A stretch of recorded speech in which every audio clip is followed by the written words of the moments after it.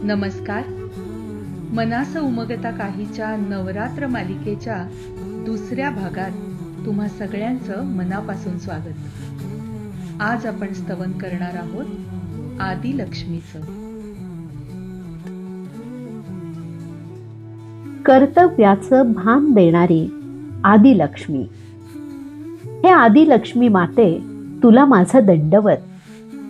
तू म्हणजे सच्चित आनंदमय ब्रह्माचा स्त्री रूपातला आविष्कार, अर्थात प्रकृती.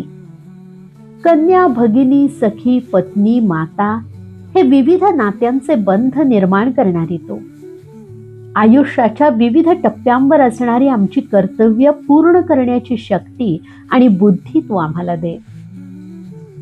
आई, नाती जोडणं आणि जोपासणं सांगताना कुटुंबात बहीण, सखी, पत्नी, सून, नणंद, भावजय, जाऊ आणि आई होताना, व्यावसायिक आयुष्यात मालक, नोकर, अधिकारी आणि सहकारी होताना मी जोडत असलेली माणसं हीच माझी समृद्धी आहे. हे आदिलक्ष्मी माते, माझ्या शीलाचं आणि कर्तव्याचं रक्षण करत प्रत्येक नातं निभावण्याची शक्ती तू मला दे. माझ्या कर्तव्याचं भान मला सतत असू दे. नाती जपताना मला प्रसंगी कठोर व्हायला लागेल तर कधी सहनशील व्हायला लागेल. प्रसंगानुसार बदलण्याची लवचिकता तू द्यावीस, म्हणून आदिलक्ष्मी माते, तुला माझा दंडवत.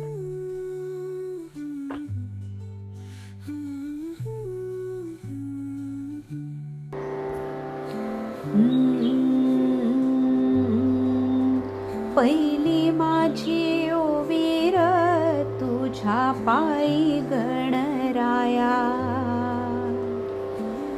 सासर माहेरी राहो तुझ्या किरपेची छाया. लेक लाडकी करते आय बापावर माया, जीवापल्याड जपते बहीण बंधुराया. सेवा करते सासूची देते मान ग सासऱ्या, प्रेमाने बांधते दीर नणंदान भावजया.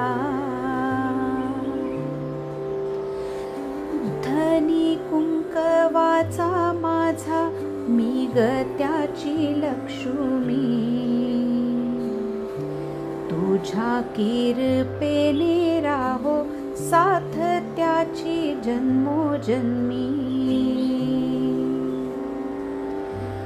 तो माझा परमेश्वर, मी त्याची आदी माया.